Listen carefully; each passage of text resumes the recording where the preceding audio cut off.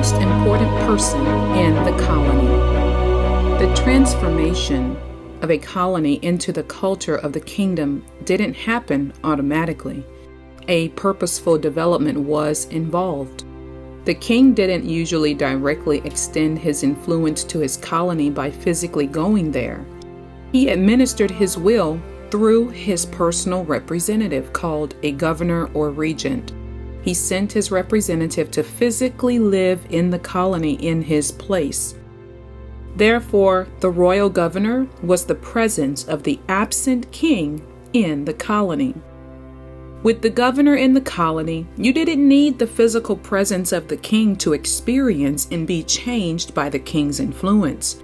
I mentioned that the British monarchs who influenced the English-speaking Caribbean nations didn't frequently visit their colonies.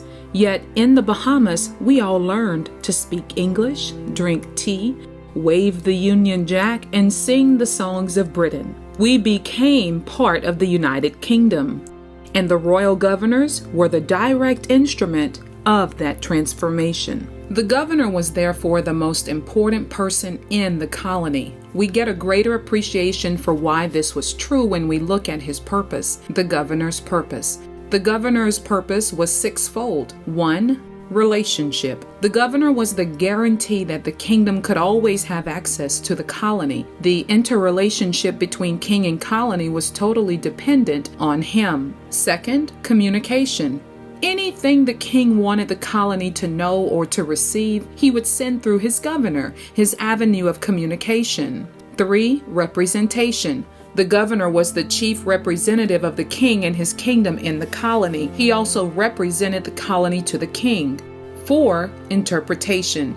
The governor understood intimately the king's desires, ideas, intent, purposes, will, and plans. Therefore, he was the only one who could effectively interpret these aspects for the colony. 5th, power. The governor was the only one empowered with the authority and ability to execute the king's desires and commands for the colony. And 6th, partnership. The governor was effectively the king's partner in rulership. The governor's qualifications and roles. The qualifications and roles of a governor were significant in terms of kingdom and colony. First, the governor was appointed by the king. Unlike the governors of representational governments, the royal governor was not voted in. He was appointed by the king. Secondly, the governor came only from the kingdom, never the colony. Governors were never chosen from the indigenous peoples of the colonies. They were always appointed from the home countries. Why? A governor had to be steeped in the original culture of the kingdom. He had to be a person who knew the kingdom and understood the heart, mind, desires, will, and intent of the king in carrying out the kingdom's purposes in the territory. Thirdly, the governor represented only the king. Again, the difference between the governors of colonies and the governors many of us are familiar with in representative governments is like night and day. Every state in the United States has a governor who is voted in by the people and can also be voted out by them. He or she is ultimately accountable to the people of the state, not to the federal government or its leaders. In contrast, the royal governor was responsible and accountable to the king alone in his allegiance, attitude, actions, and responsibility. Fourthly, the governor only expressed the mind and will of the king. The governor was not there to promote his own personal policies or agendas. He was to take the vision and will of the king and communicate them to the people, translating them into policy and law.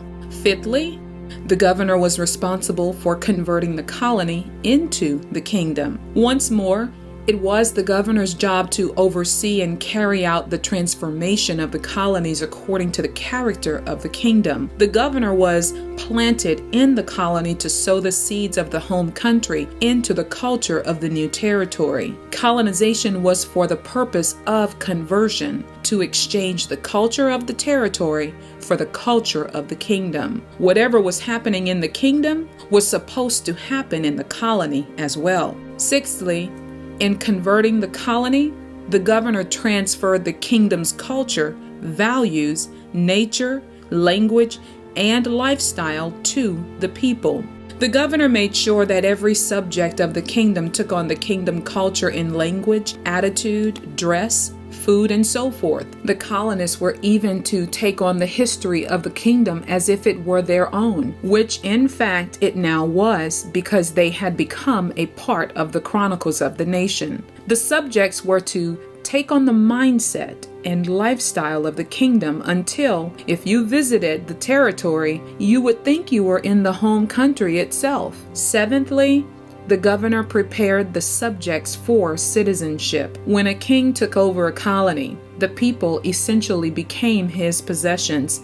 The inhabitants of the colony did not automatically become citizens. They were called subjects. For example, when the Bahamas was a colony, the people were not citizens of Great Britain. We couldn't vote, and we didn't have other rights of British citizens. In a kingdom, citizenship was a privilege. Who became a citizen was the king's prerogative, and he personally granted it. The reason citizenship wasn't automatic is that once a person was appointed a citizen, he had special benefits and protections in the kingdom. In the Roman Empire, citizenship was a high honor and privilege involving many rights. In the 1st century, Paul of Tarsus was arrested in Jerusalem by the Roman commander for allegedly disturbing the peace. He was about to be whipped when he declared to a nearby centurion that he was a Roman citizen. Immediately, the soldier's attitude toward him changed. The following exchange dramatically reveals the power of kingdom citizenship in the Roman Empire, especially if you were born a citizen. As they stretched him out to flog him, Paul said to the centurion standing there, "Is it legal for you to flog a Roman citizen who hasn't even been found guilty?"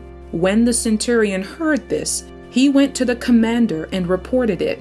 "What are you going to do?" he asked. "This man is a Roman citizen." The commander went to Paul and asked, "Tell me, are you a Roman citizen?" "Yes, I am," he answered. Then the commander said, "I had to pay a big price for my citizenship, but I was born a citizen," Paul replied. Those who were about to question him withdrew immediately. The commander himself was alarmed when he realized that he had put Paul, a Roman citizen, in chains.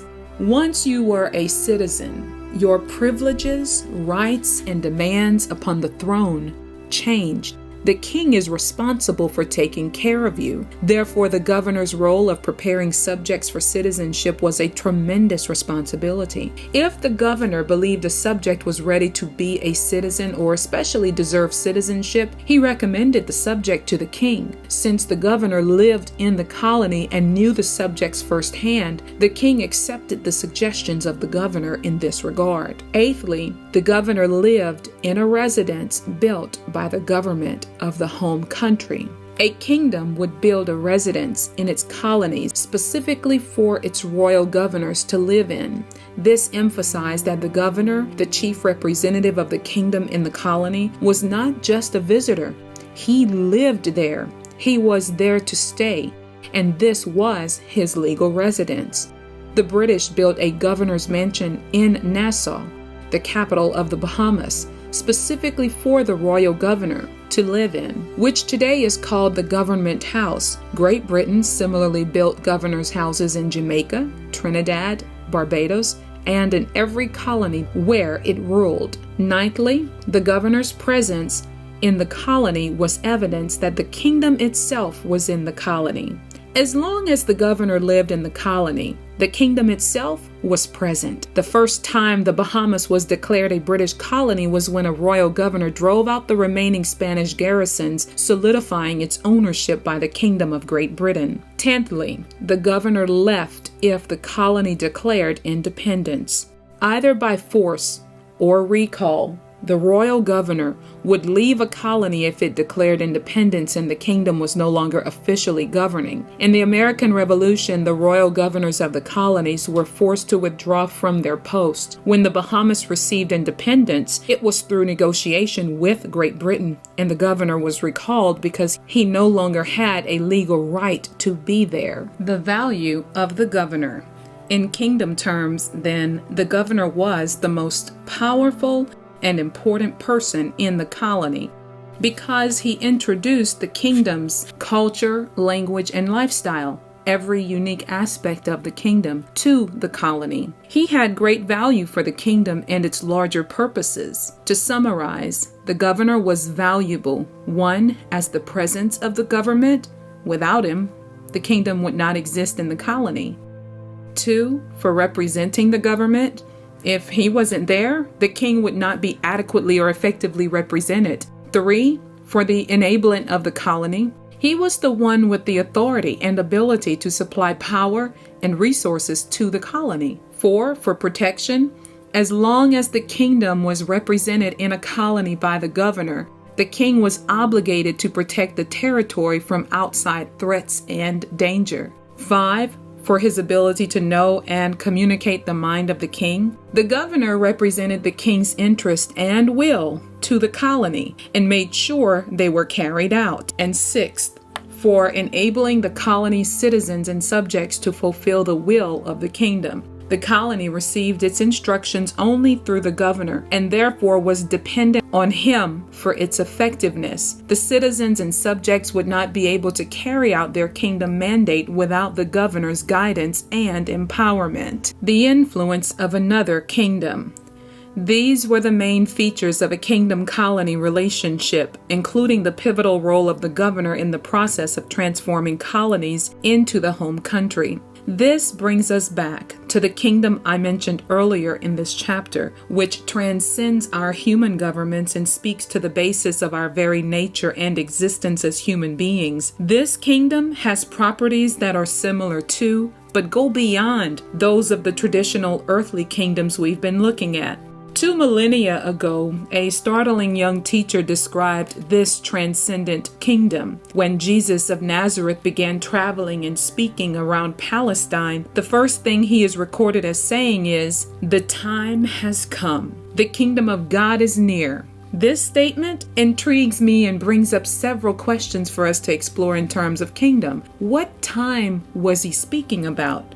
And why then? What was the nature of the kingdom he was referring to? He was announcing the imminent return of a kingdom and its influence on earth. Notice that he didn't proclaim the entrance of a new religion, nor did he announce the beginnings of a democratic form of government. We have to ask, why would he use this particular governmental reference at the beginning of his public life? What did it signify about his message and purpose? If the influence of a kingdom was entering the world, what new culture would emerge for the citizens of Earth? To understand the context of these thought-provoking statements and their implications, we need to go back to the first book of Moses, the book of Genesis, to the origins of this kingdom.